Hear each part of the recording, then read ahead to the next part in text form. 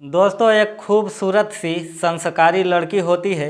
उसकी शादी हो जाती है महाराष्ट्र के अंधेरी में। वहाँ पे उसे एक लड़की मिलती है। कहती है कि मैं भी जॉब ढूंढ रही हूँ, मेरी नज़र में एक जॉब है, वहाँ पे चलो, इंटरव्यू देंगे, काम अगर लग जाएगा तो ठीक है, नहीं तो दूसरा ट्राई करेंगे। दोस्तों, वो लड़की एक दलाल होती है और वो उसे ले जाती है और एक आगरा के कोठे में वेश्या बाजार में उसे बेच देती है। वहाँ पे उसके साथ दोस्तों रोज कम से कम 15-20 लोग आदमी आते और उसके साथ संबंध बनाते और उसको नशे में रखते हमेशा। वो एक जिंदा लाश बन गई थी और दोस्तों वो लड़की लगातार 2 सालों तक जिस्म के बाजार में बिकती रही। दोस्तों, ये कहानी बेहद ही दिल को दहला देने वाली है दोस्तों कि आखिर एक लड़की के साथ ऐसा कैसे हो सकता है। जानेंगे पूरी कहानी, पूरा मामला क्या है इस वीडियो में। आप लोग वीडियो में बने रहें। वीडियो में आगे बढ़ने से पहले छोटी सी रिक्वेस्ट, वीडियो पसंद आए वीडियो को लाइक कर दीजिएगा। चैनल आपके छोटे भाई का है, सब्सक्राइब जरूर कर दीजिएगा। हेलो दोस्तों, नमस्कार, सलाम, सत श्री अकाल। मैं आपका छोटा भाई राम स्वागत करता हूं आपके अपने यूट्यूब चैनल में। दोस्तों, बिना देरी किए बढ़ते हैं इस कहानी की ओर। दोस्तों, एक गरीब लड़की होती है और वो बहुत ही संस्कारी और बहुत ही समझदार होती है और पढ़ी लिखी भी होती है। दोस्तों, उसकी शादी महाराष्ट्र में रहने वाले अंधेरी के एक सुजीत नाम के लड़के से हो जाती है और उस लड़की का नाम होता है दोस्तों सुशीला। दोस्तों, सुजीत सुशीला को बेहद ही प्यार करता और उसे एकदम रानी की तरह रखता अपने घर में और उसकी हर ख्वाहिश पूरी करने की कोशिश भी किया करता। दोस्तों, सुजीत एक कंपनी में जॉब कर रहा होता है, नौकरी, और उसके पिताजी का एक कपड़े का दुकान भी था। उसकी शादी से सुजीत के पिताजी बिल्कुल भी खुश नहीं थे क्योंकि सुशीला अपने घर से दहेज लेके नहीं आई थी। दोस्तों, सुजीत को पसंद थी सुशीला, इसलिए वो शादी कर लेता है, लेकिन उसके बाप को, मतलब सुशीला के ससुर को, ये शादी बिल्कुल भी बर्दाश्त नहीं थी क्योंकि उसे दहेज चाहिए था और दहेज सुशीला लेकर आई नहीं थी। इसलिए हर बात पे ताना मारना। सुशीला खाना भी बनाती तो उसकी सास खाने की तारीफ करती तो उसका ससुर उसके खाने का बुराई जरूर करता। दोस्तों, इसी तरह सब कुछ बीत रहा होता है। एक बार सुशीला घर की साफ सफाई कर रही होती है तो उसको एक डायरी मिलती है जो कि सुशीला के ससुर की थी। उस डायरी में दोस्तों लिखा होता है कि सुजीत के ऊपर सुशीला का ससुर कितना पैसे खर्च कर चुका है बचपन से लेके जवान होने तक। उसमें एक एक रुपए वो हिसाब से लिखता कि इसकी पढ़ाई में इतना खर्च हुआ है, इसकी दवाई में इतना खर्च हुआ है, इसको कपड़े पहनाने में इतना खर्च हुआ है। सुजीत के पिताजी सोचते थे कि जो भी लड़की मेरे घर में आएगी उससे मैं एक एक पैसा दहेज में लूँगा जो कि मैंने सुजीत पे खर्चा किया है। दोस्तों, सुजीता ये सब देखती है। उसका ससुर भी उसके पास आ जाता है, कहता है कि अब तो तुम्हें सच्चाई पता चल गया है। मैंने कितना सोचा था कि जो लड़की आएगी उससे मैं दहेज के रूप में सुजीत पे हुए हर एक पैसे का हिसाब लूँगा। लेकिन दोस्तों, सुशीला खुददार थी। वो सोची कि मैं अगर कहीं जॉब करूँगी तो उससे जो पैसा मैं लाऊंगी वो अपने ससुर के हाथों में दूंगी तो शायद मेरा ससुर अपनी जबान बंद रखे। जॉब के खोज में सुशीला एक तारिक नाम के लड़के को फ़ोन करती है। उसे कहती है कहीं जॉब हो तो बताओ। तो वो जॉब के बारे में काफ़ी कुछ जानता रहता है, लेकिन दोस्तों वो भी कुछ अलग ही टाइप का था, धंधे वाला वो भी था। तो इस तरह से वो बोलता है कि हाँ, एक वैकेंसी है, तुम जाके पता कर सकती हो। दिवाली का दिन था, तारीख था 28 अक्टूबर 2018। दिवाली की सुबह सुशीला अपने माँ के घर जाती है और उसका घर दोस्तों बोरीवली के पास था। सुशीला वहाँ जाती है तो जहाँ उसको वैकेंसी का पता करना था वो बोरीवली में एक दुकान था हार्डवेयर का, उसी के पास जाना था। तो दोस्तों वो सुजीत से बोली कि मैं माँ के घर जा रही हूँ, शाम तक वापस आ जाऊँगी। लेकिन दोस्तों सुशीला शाम को नहीं आती। वो सुजीत उसे फ़ोन करता है, कहता है कि तुम बोली थी आ जाओगी लेकिन कहाँ रह गई। सुशीला बोली कि माँ ने ज़बरदस्ती किया इसलिए मैं रुक गई थी। लेकिन दोस्तों उसको जॉब के लिए बोरीवली में उस हार्डवेयर के दुकान पे जाना था, इसलिए वो रुक गई। दोस्तों सुबह होता है, वो हार्डवेयर के दुकान पे जाती है और फिर वहाँ पे पूछती है कि जॉब के लिए कोई वैकेंसी है। तो हार्डवेयर वाला जो आदमी था वो बोलता है कि नहीं, आप लेट हो गई हो। तभी दोस्तों सुशीला जाने लगती है तो एक लड़की आती है और वो भी हार्डवेयर वाले से पूछती है कि यहाँ पे कोई वैकेंसी है। तो हार्डवेयर वाला बोलता है कि यहाँ पे कोई वैकेंसी नहीं है, यहाँ पे कोई जॉब नहीं है। सुशीला जाने लगती है।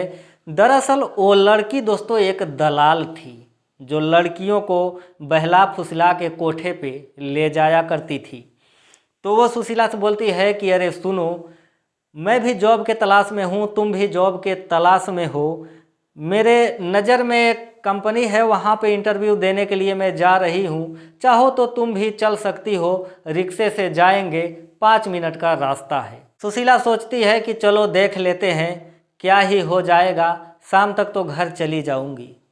दोस्तों वो जाती है, ऑटो रिक्शा में बैठती है, कुछ दूर जाने लगती है तो वो जो लड़की होती है जो दलाल थी वो सुशीला को पानी पूछती है। बोतल में पानी ली होती है, कहती है पानी पियोगी तो बताओ।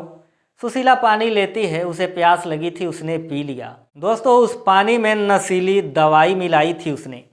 सुशीला पीती है और वो बेहोश हो जाती है और वो लड़की जाती है एक गोदाम में, उसको हाथ पैर बांध के बंद कर देती है। उसके बाद कोठे पर से एक आदमी आता है और वो उसे लेके आगरा वेश्या बाजार में, मतलब कोठे पर चला जाता है। वहाँ जाता है, उसको इंजेक्शन लगाता है। वो एकदम नशे में थी, उसको कुछ भी पता नहीं चल रहा था कि मैं आखिर कहाँ हूँ। दोस्तों उसी रात ग्राहक आने लगे और सुशीला बेहद खूबसूरत थी तो सब उसके साथ ही सोना चाहते थे। दोस्तों इस तरह से कई दिन बीत गए।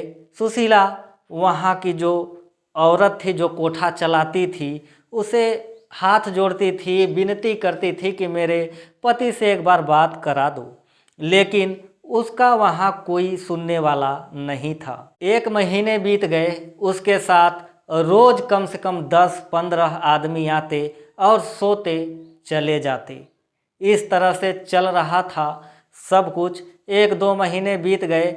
जो भी कोई कस्टमर आता, अगर वो संबंध बनाते बनाते सो जाता तो उसकी मोबाइल से सुशीला सोचती कि मैं अपने घर पे फ़ोन कर लूँ, लेकिन कोई लॉक लगाया होता है तो कभी फ़ोन बिजी आता है। इस तरह से दोस्तों वो परेशान और अपने पति से वो कांटेक्ट नहीं कर पा रही थी। दोस्तों इसी बीच उसके पास एक ग्राहक आता है, वो भी सुशीला को पसंद करता है, उसके साथ संबंध बनाता है, चला जाता है।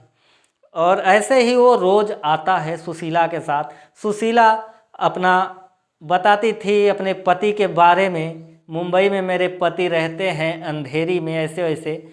वो उसकी बातों को सुनता भी था। वो जो ग्राहक था, जो सुशीला का कस्टमर था, वो उसकी बातों को सुनता भी था। तो ऐसे ही दोस्तों काफ़ी समय बीत गए, लगभग 2 साल सुशीला का जिस्म बिकता रहा उस कोठे के ऊपर। 2 साल लगातार वो नशे में थी, अंदर से एकदम टूट चुकी थी, अपने पति को पाने की उम्मीद छोड़ चुकी थी। इधर जो सुजीत सुशीला का पति था वो दोस्तों उसकी याद में एकदम पागल की तरह हो गया था। एक दाढ़ी ओढ़ी बढ़ रखी थी, नौकरी भी उसने छोड़ दिया था। वो हमेशा पुलिस के चक्कर लगाता और पुलिस के पास रिपोर्ट लिखवाता, लेकिन 3-4 महीने तक सुशीला का कुछ पता नहीं चला दोस्तों। तो कोई साक्ष्य, कोई सबूत नहीं मिला, तो पुलिस भी उसकी केस फाइल को बंद कर देती है। दोस्तों सुजीत लगभग 1-2 साल बीत चुके थे, अपने कपड़े की दुकान संभाल रहा था, लेकिन सुशीला की याद उसको सताए जा रही थी। ऐसे ही वो जो कस्टमर सुशीला के पास जाता था, अनजान आदमी था, वो एक बार पूछता है कि बताओ तुम अपने पति के बारे में क्या क्या बताना चाहती हो। तो सुशीला बताती है कि मेरे पति मुंबई में रहते हैं, अंधेरी में। उनके एक कपड़े की दुकान है जिसका नाम है रोशनी। ये बात सुशीला जब सुजीत के घर पे थी, तो जब लाइट कट जाती या अंधेरा हो जाता तो सुशीला सुजीत को चिढ़ाया करती कि रहते हो अंधेरी में, दुकान का नाम है रोशनी। तो यही बात वो अपने कस्टमर को बताती है। तो वो कस्टमर मुंबई चला आता है अंधेरी में, ढूंढता है रोशनी कपड़े का दुकान, वहाँ पे आता है और जाता है कपड़े खरीदने के लिए। ये कस्टमर जाता है, बोलता है कि मुझे एक शर्ट दिखा दो।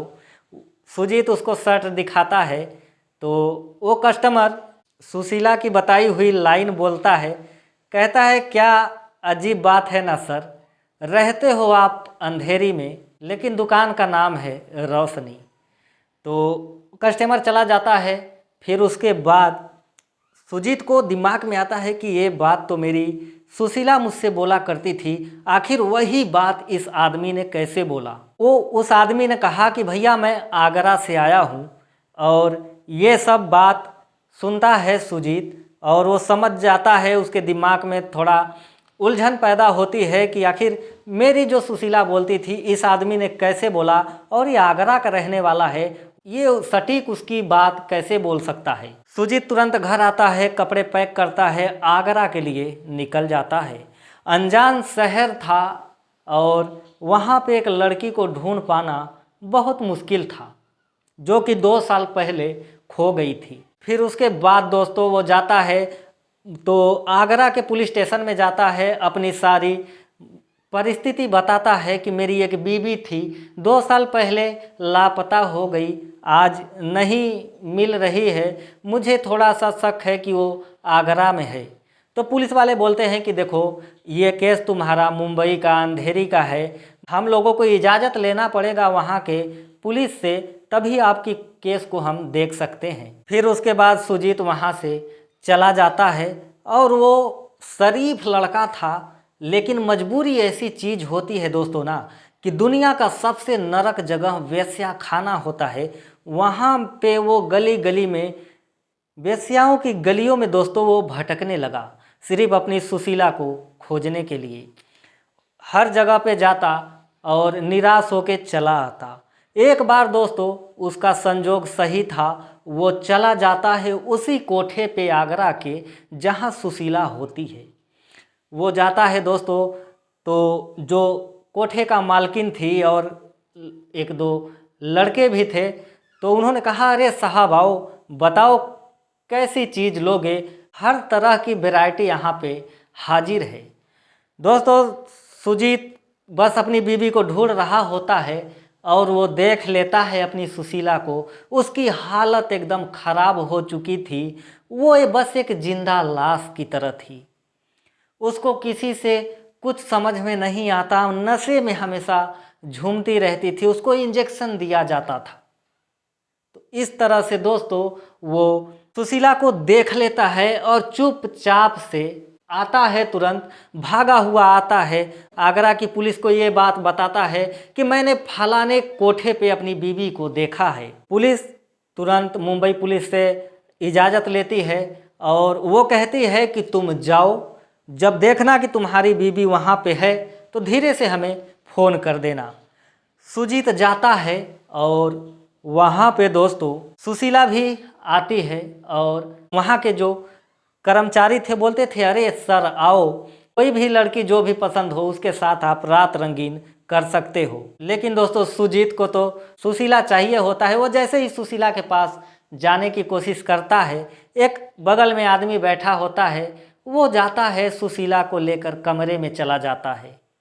सोचो कितना पत्थर, दिल पत्थर का करके सुजीत ये सब देख रहा था। वो लेके चला जाता है। कुछ देर बाद सुजीत भी जाता है। सुशीला एकदम बेजान सी खड़ी थी। सुजीत जब दरवाजे के अंदर जाता है तो सुशीला अपना पल्लू गिरा देती है कि आओ तुम भी अपनी हवस पूरी कर लो। लेकिन सुजीत जाता है, उसका पल्लू धीरे से उठा के रखता है और बोलता है कि अरे पागल, तुमको मैं कहाँ कहाँ नहीं ढूंढा, मैं तुम्हारा सुजीत हूँ। ये कह के सुशीला को गले लगा के रोने लगता है और उसी बीच पुलिस को फ़ोन कर देता है। पुलिस तुरंत ही उस कोठे पे रेड डालती है और सारे वहाँ के जो भी कर्मचारी थे, जो भी कोठे के मालकिन थी, हर एक को पकड़ लिया जाता है। दोस्तों फिर उसके बाद सुशीला को वहाँ से लाया जाता है, उसका इलाज कराया जाता है। उसके साथ साथ दोस्तों जो भी और भी कुछ लड़कियां थी, तो 5 लड़कियों को और भी आज़ाद कराया जाता है। उन लोगों के उनके घर पहुंचाया जाता है। दोस्तों सुजीत की बहादुरी के वजह से 5 लड़कियों की ज़िंदगी और बच गई। तो दोस्तों इस तरह से सारा कुछ हुआ। डिप्रेशन से बाहर आने के लिए सुशीला को कई महीने लग गए। जब वो ठीक होती है तो अपना बयान बताती है कि ससुर जी एक एक पैसा सुजीत का ऊपर कितना खर्च किए हैं, जोड़ के रखे थे और मुझे ताना मारते थे। इसलिए मैंने नौकरी करने की सोची और नौकरी के लिए मैंने तारिक भाई को फ़ोन किया था। उन्होंने बताया था कि बोरीवली में एक हार्डवेयर का दुकान है, वहाँ पे वैकेंसी का पता होता है, जाके पता कर लेना। वहाँ पे मैं गई तो एक लड़की मुझे मिली। उसने पानी में मुझे पता नहीं क्या मिला के दिया कि मैं बेहोश हो गई। फिर उसके बाद मेरी जब आँख खुली तो मैं नशे में थी और एक कोठे पे थी। बहुत सारे मर्द आते थे, मेरे साथ संबंध बनाते थे। इसी तरह से हर एक दिन का काम था और देखते ही देखते मेरे ज़िंदगी के 2 साल मेरा जिस्म उस आगरा के कोठे पे बिकता रहा। दोस्तों जो भी दोषी थे पुलिस उसको गिरफ्तार करती है, उनको सज़ा होती है। फिर उसके बाद सुजीत सुशीला को खिलाता है, पिलाता है, उसकी देखभाल करता है। उससे वो कोई शिकायत नहीं करता। जैसे पहले प्यार करता था वैसे ही अब भी प्यार कर रहा था। फिर से दोस्तों सुशीला को इतना प्यार देता है कि सुशीला धीरे धीरे सारी बातें को भूलने लगती है और उसके घर में सब कुछ सही हो जाता है। उसके ससुर को भी बहुत पछतावा होता है कि काश मैं ऐसा नहीं कहा होता तो नौकरी के लिए नहीं जाती और उसके साथ ऐसा कुछ नहीं होता। दोस्तों ये थी आज की कहानी। कैसी लगी अपना राय कमेंट में ज़रूर दीजिएगा। दोस्तों इस कहानी का मकसद किसी की भावनाओं को ठेस पहुंचाना या आहत करना नहीं है। इस कहानी का मकसद सिर्फ और सिर्फ आप लोगों को सतर्क करना है। दोस्तों आज के दुनिया में भी लड़कियां बाहर में कमाने के लिए चली जाती है, कमाने जाती है, ठीक है, लेकिन दोस्तों सतर्क रहना भी बहुत ज़रूरी है। चाहे लड़के हो या लड़कियां, अनजान आदमी पे कोई भी भरोसा ना करे। और कुछ खाने पीने का चीज़ अगर कोई इंसान आपको देता है परदेश में, बाहर में, तो वहाँ बिल्कुल भी ना खाए जब तक वही चीज़ वो आदमी खुद ना खा रहा हो। तो दोस्तों आशा करता हूँ आप लोगों को इस कहानी से बहुत कुछ सीखने समझने को मिला होगा। और दोस्तों आप वीडियो को लाइक कर दीजिए, चैनल सब्सक्राइब कर दीजिए। मैं मिलता हूँ आपको ऐसे ही किसी और एक सच्ची घटना के साथ, आप लोगों को रूबरू कराता हूँ। और दोस्तों बाकी ये कहानी कैसी लगी कमेंट करके ज़रूर बता दीजिएगा। तब तक आप खुश रहें, सतर्क रहें, सुरक्षित रहें। जय हिंद।